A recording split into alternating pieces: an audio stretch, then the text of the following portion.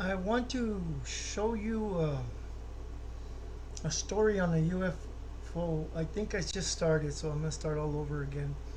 I'm going to share a story with you about a UFO. Now, this is a real UFO, okay, not like the last one where I saw a blimp and back in '84. This is a story from a man that's from Crystal City. I'm doing some oral history with him, but he blames me for wanting to share a story on UFO. So I'm gonna go with that. Okay. So I'm gonna share with you Arturo Duty Gonzalez. He is telling a story of not a unidentified flying object, but a identified flying object. So hopefully I can get him on, and hopefully you can hear him and all that. So here goes the story, and I hope you enjoy it. Ah, probably not gonna work. Come on, where are you? Where did he go? Oh, there it is.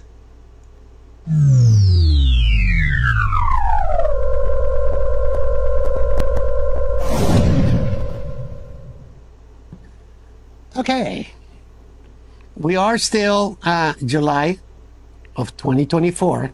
Turi Gonzalez here in Crystal City, Texas. And as I've said before, Crystal City is also known as Cristal. And on the streets, it's called El Vidrio.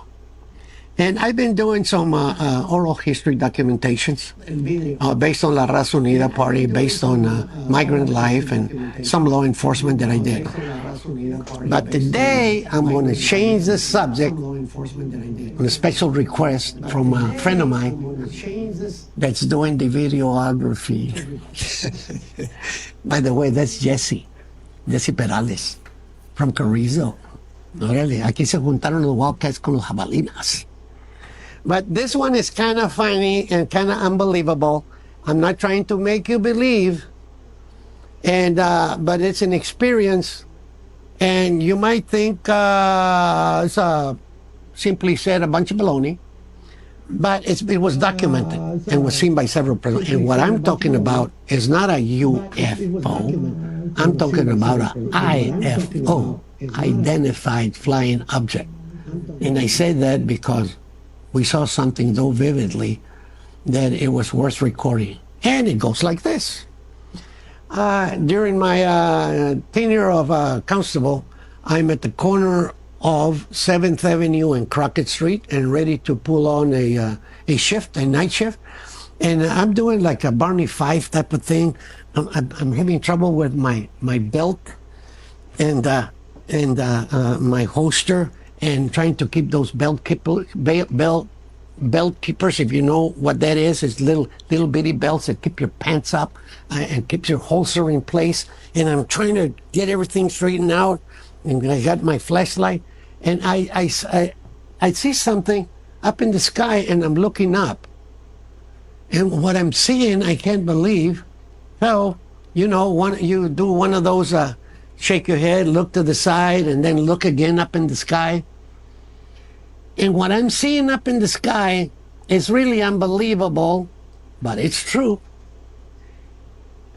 There's this object rotating, I would say clockwise, very slow, up in the sky. And let me tell you how big it is. If you know what a Ferris wheel is, multiply it, 15 times, maybe more. Super, super big. And I'm telling you how it looked. If you get an idea, you get two frisbees, and put them together. That's the shape. The color of it must have been black or very dark. You couldn't see it. The only way you could see it is that sporadically on the sides, side by sides, they had, and I can't say they were lights. They were like, if you get a little round piece of the moon, silver color, on each side, those were the kind of lights that you could tell that it was moving. upright, vertical, not horizontal, vertical. And I see it again, and now I'm trying to figure out what it is, but it is so, so big that I thought I was seeing things. But and I saw it for 2 or 3 minutes, which is a very, very long time. I said, okay, now I'm really seeing it. Now I'm looking directly south, up in the sky, and it covered most of the sky. So I get on the radio, on my walkie-talkie, and I called in dispatcher, and it sounded something like this. My unit number is 802. And I said, 802, Crystal City. And they responded, Crystal City, go ahead, 802. I said, are you 10-6? 10-6 means, are you busy? He says, no, not at all. Go ahead with your traffic.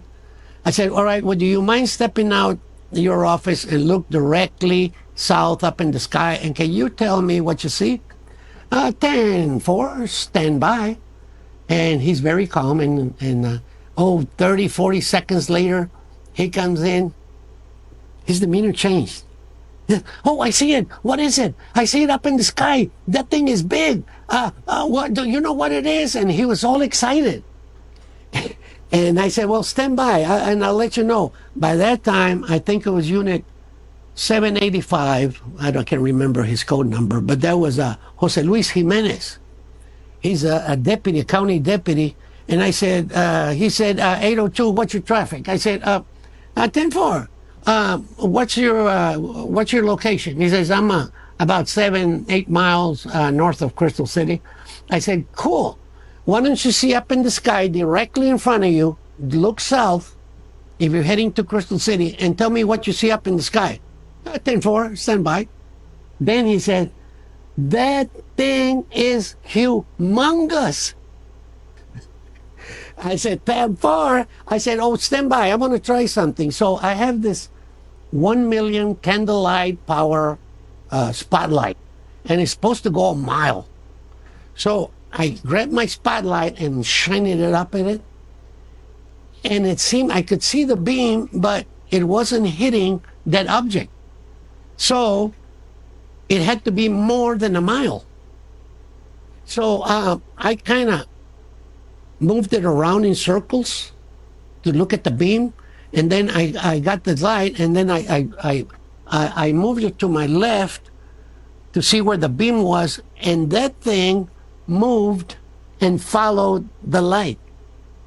Now, my friend, the deputy that's still driving my way, says, I saw that thing, it moved to the left.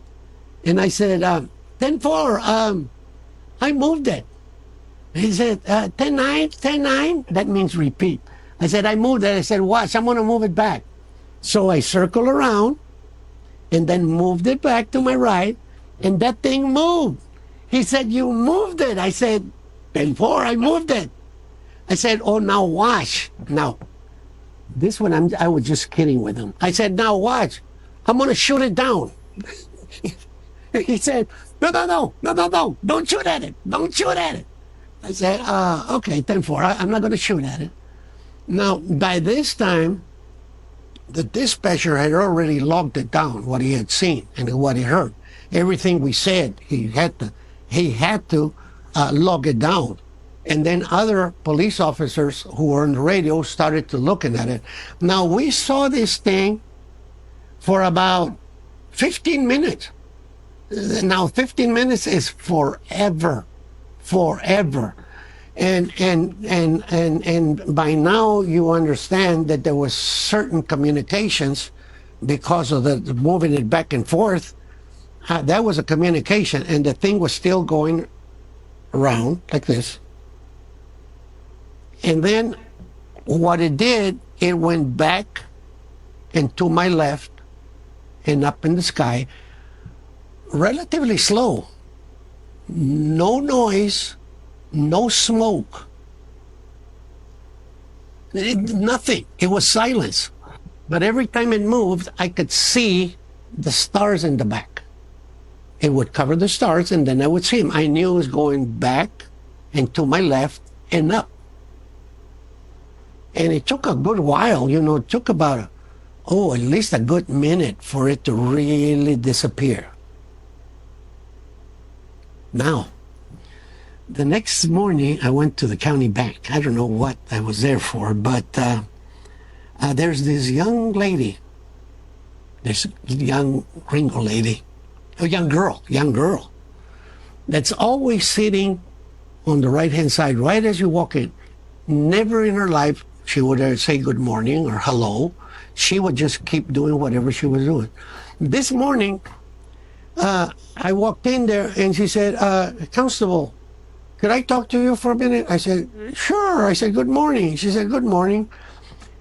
She said, and this is what she said. She said, that thing last night. Oh, I said, did you hear the radio? He says, no. I looked at it. I saw it. She said, I said, you saw it? I said, yeah. I know. I heard how you describe it, that it was going like vertical. I said, no, I saw it through the side. I live on a ranch about a quarter of a mile or more. And I saw that, and it was flat. It was round. And I saw it flat, and I could see the lights going up. I said, oh, you saw it? He says, yeah. And that thing, is it going to come back? I don't want it to come back. I said, hold on. Look. Let me tell you, it's not going to come back. It's not? I said, no, it's not going to come back. See, we communicated with them. See, they appeared to be the good kind.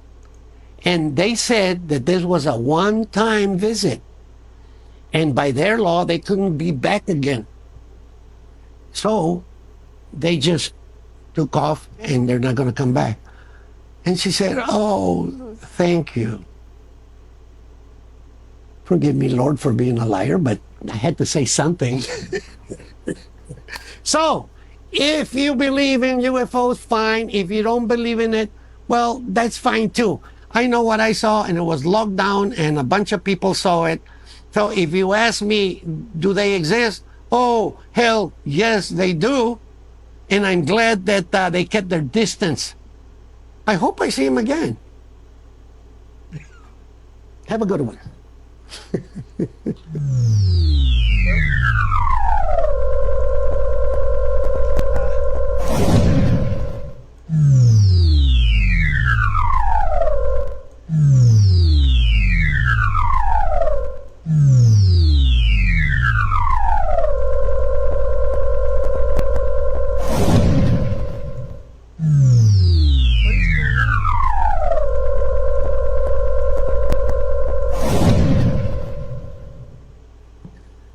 Okay. We are